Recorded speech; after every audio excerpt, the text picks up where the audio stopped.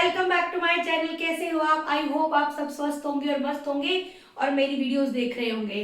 आज इस वीडियो में हम नया टॉपिक स्टार्ट करने जा रहे हैं। जैसा कि मैंने इंटीजर आपको बहुत अच्छे से, बहुत प्रॉपरली तरीके से स्टेप बाय स्टेप हर तरह के क्वेश्चंस को एक्सप्लेन किया है, सॉल्व करवाया है, प्रैक्टिस शीट भी करवाई है।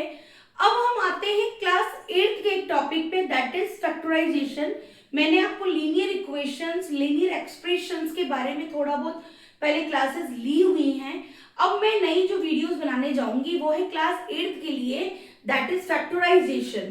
फैक्टराइजेशन में कुछ आइडेंटिटीज का यूज होगा, वो मैं आपको अच्छे से समझाना चाहती हूँ। क्योंकि बेस अगर क्लियर है, क्योंकि बेस अगर किसी को क्लियर करना है तो पहले आप मेरे जो लीनियर इक्वेशन, लीनियर एक्सप्रेशन या बायनोमियल मोनोमियल वाला जो चैप्टर पढ़ाया है मैंने, पहले आप उसको जरूर देखिएगा। अगर आप वो देखते हैं उसके बाद अगर फैक्टराइजेशन पे आते हैं, that would be much better. I hope आप बने रहेंगे लास्ट तक। चलिए शुरू करते हैं फैक्टराइजेशन।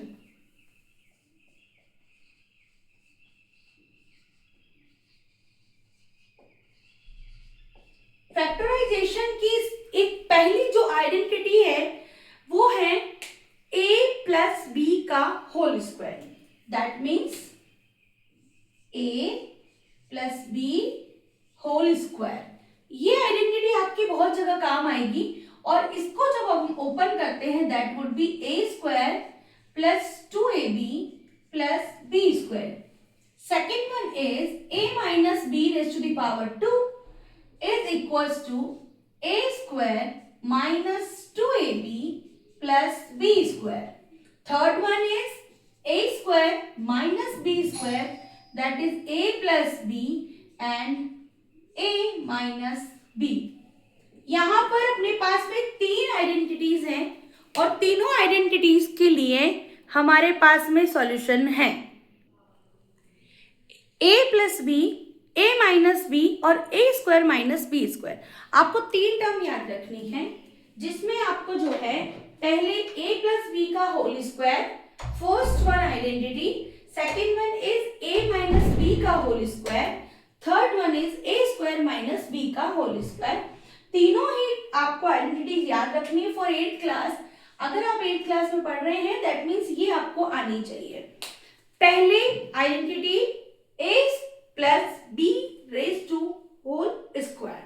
अगर आप a प्लस बी का होल स्क्वायर खोल रहे हैं, फर्स्ट का स्क्वायर कीजिए, सेकंड का स्क्वायर कीजिए और जो मिडिल टर्म आएगी वो आएगी 2ab और उसके पीछे साइन क्या आएगा? पहले साइन क्या आएगा? प्लस आएगा। सेकंड आइडेंटिटी माइनस का साइन लगा, जहां पर माइनस आएगा वो टर्म है middle term, that is A B वाली टर्म जिसके अंदर आपके पास कोफिशिएंट है ए बी के साथ में 2 और ए बी के साथ में यहाँ 2, ये प्लस एंड ये वाली क्या है? माइनस। थर्ड वाली जो आइडेंटिटी है वो है ए स्क्वायर माइनस बी स्क्वायर। जब ऐसा कोई फॉर्म में अगर क्वेश्चन आता है तो आपको क्या करना है? एक बार उन दोनों टर्म को प्लस करना है और सेकेंड ब्रैकेट में उनको माइनस करना है। ये तो हुई बेसिक आइडेंटिटी जो हम चैप्टर पढ़ाने के पहले टीचिंग मेथड यूज करते हैं कि बच्चों को पहले फॉर्मूला समझाए जाते हैं, फिर उनके एग्जाम्पल्स को हम उनके सामने पेश करते हैं। तो अब मैं आपके सामने पहली आइडेंटिटी का एक एग्जाम्पल लेती हूँ। ये आपके सामने क्वेश्चन यहाँ करते हैं, डिजाइन बना के यहाँ शुरू करते हैं।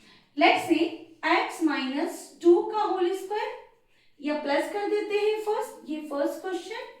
सेकेंड हम इसी क्वेश्चन को कर देते हैं 2x माइनस 3 का होल स्क्वायर। दो क्वेश्चन कर रहे हैं, फर्स्ट आइडेंटिटी, सेकेंड आइडेंटिटी। पहला सबसे फर्स्ट, यहां पर जो पहली टर्म है बच्चा ये है a और जो सेकेंड टर्म है वो है b। हमारे फॉर्मूले के अकॉर्डिंग जो आइडेंटिटी हमने फर्स्ट इसको यूज करी है, जो आइडेंटिटी फर्स्ट है उसको जब आप इसमें अप्लाई करते हैं तो पहले आप ना फॉर्मूले को साइड में लिख लीजिए, फॉर्मूले को साथ में लिख लीजिए कि हमें अब क्या अप्लाई करना है, क्या लिखना है। पहली स्क्वायर यानी a का स्क्वायर यानी कि x का हो गया बच्चों square plus 2 into A B. a कौन है? x, b कौन है? 2। मल्टीप्लाई भी लिख सकते हो, ऐसे भी लिख सकते हो, प्लस लास्ट टर्म का स्क्वायर। अभी मैंने बहुत प्रॉपर्ली, बहुत तमीज से क्वेश्चन को लिखा है, बहुत इज्जत से से लिखा है ना, तो इसको जैसे हम सीख जाएंगे थोड़ी थोड़ी इज्जत कम होती जाएगी, तो ब्रैकेट गायब हो जाएंगे, सीधा मल्टीप्लाई करके लिखने लग जाएंगे, एक स्टेप खाने लग जाएंगे, नेक्स्ट स्टेप लगा के लिखने लग जाएंगे। तो पहली बार जब समझाया जाता है तो हम ऐसे स्पेशली खोल खोल के बताते हैं, देखो ऐसे यहाँ रखना है, इस जगह यहाँ रखना है। 10 क्वेश्चन करो, 11वें क्वेश्चन में गारंटी है कि तुम लोग बिना किसी कैलकुलेशन की डायरेक्ट आंसर लिखने लग जाओगे।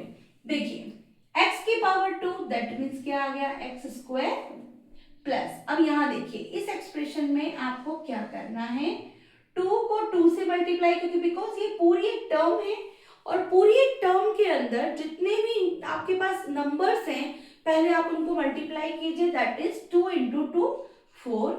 अब जितने भी कोफिशिएंट के साथ में आपके पास वेरिएबल्स है उन वेरिएबल्स को आपको मल्टीप्लाई करना है, दैट इज ओनली x, क्योंकि दूसरा कोई टर्म ही नहीं है इसके साथ, plus plus last term is 4, 2 2 जा 4, 2 का स्क्वायर होता है 4। किसी को अगर स्क्वायर में प्रॉब्लम है तो मैं हम यहाँ पे भी बता दें, 2 का स्क्वायर का मीन्स होता है बच्चों 2 इंटू 2 दैट इज 4। अगर 3 का स्क्वायर होगा तो दैट इज 3 इंटू 3 यानी कि 9। आई होप समझ में आ गया होगा। नेक्स्ट क्वेश्चन देखिए, इसी आइडेंटिटी के लिए हमने सेकेंड आइडेंटिटी यूज करा इस एक्सप्रेशन के लिए, that is a minus B का होल स्क्वायर, दैट मीन्स हम क्या लिखेंगे, a square minus 2ab plus b square. हो गया। अब हमें क्या करना है, यहाँ पर जो a है दैट इज हमारा 2ax और जो हमारा यहाँ b है बच्चों वो है हमारा 3 है, माइनस का साइन बीच में है तो आइडेंटिटी लगा सकते हैं, बिल्कुल लगा सकते हैं। आपको यहाँ क्या करना है, इन a की जगह 2a प्लेस करना है, b की जगह 3 प्लेस करना है, दैट्स इट, इतना सा करना है। यहाँ क्या करेंगे, 2x का होल स्क्वायर करा मैंने, बिकॉज क्यों करा, क्योंकि बच्चों अगर कोई बच्चा ये लिखता है 2x स्क्वायर, ये रॉन्ग होगा। क्यों होगा, बिकॉज मैंने कहा पूरे a का स्क्वायर, तो पूरा a ये पूरा है बच्चों, तो 2a का स्क्वायर करना है। पहली गलती आप सुधार लीजिएगा। देखिए मैं जो भी चीज बताती हूँ अपने एक्सपीरियंस से बताती हूँ, 20 ईयर्स से मैं पढ़ा रही हूँ, मैं खुद पढ़ती थी जब से मैं बच्चों को पढ़ा रही हूँ, तो मुझे ये पता है कि बच्चे गलती कहाँ करते हैं। तो बच्चों में गलती पहले बता देती हूँ आपको।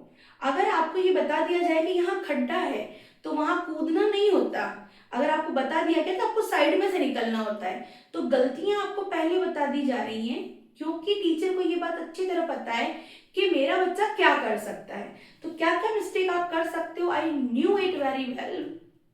तो आप लोग मेरी जो बताई हुई गलतियां हैं कि ये मिस्टेक बच्चे कर रहे हैं या करते हैं तो उस पर जरूर ध्यान देना, क्योंकि आप खुद भी ये गलतियां बहुत बार कर चुके होंगे।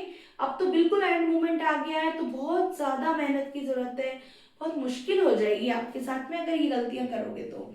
एग्जाम की डेट बिल्कुल आ गई है। 2x का स्क्वायर माइनस, देखिए यहाँ मैंने माइनस लगाया है, यहाँ 2 मल्टीप्लाई में है, a कौन है, अब देखो मैंने इस बार ऐसे लिख रही हूँ a, ठीक है, मैंने ब्रैकेट नहीं लगाया है, एंड b, b भी तो लिखना है, a भी है और b भी है, तो b कौन है यहाँ पर 3 प्लस b का फॉर्म वैल्यू क्या था 3 का स्क्वायर। ठीक है, चेंज कहाँ समझ में आया आपको।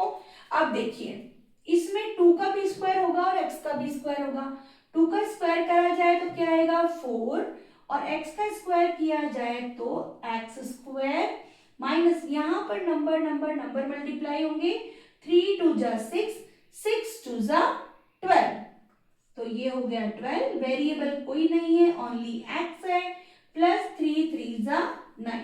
आई होप आपको समझ में आ गया होगा। अब थर्ड आइडेंटिटी हम अगली वीडियो में पढ़ेंगे।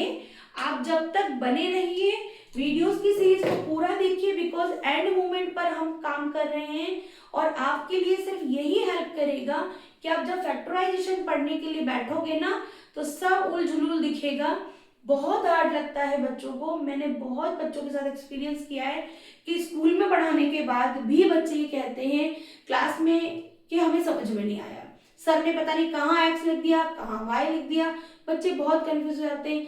शांति से वही क्वेश्चन दोबारा अपने घर में बैठ के आप कीजिए, इन वीडियोस को चेक कीजिए, आपके जो टीचर्स पढ़ाते हैं उस पर थोड़ा और ध्यान दीजिए।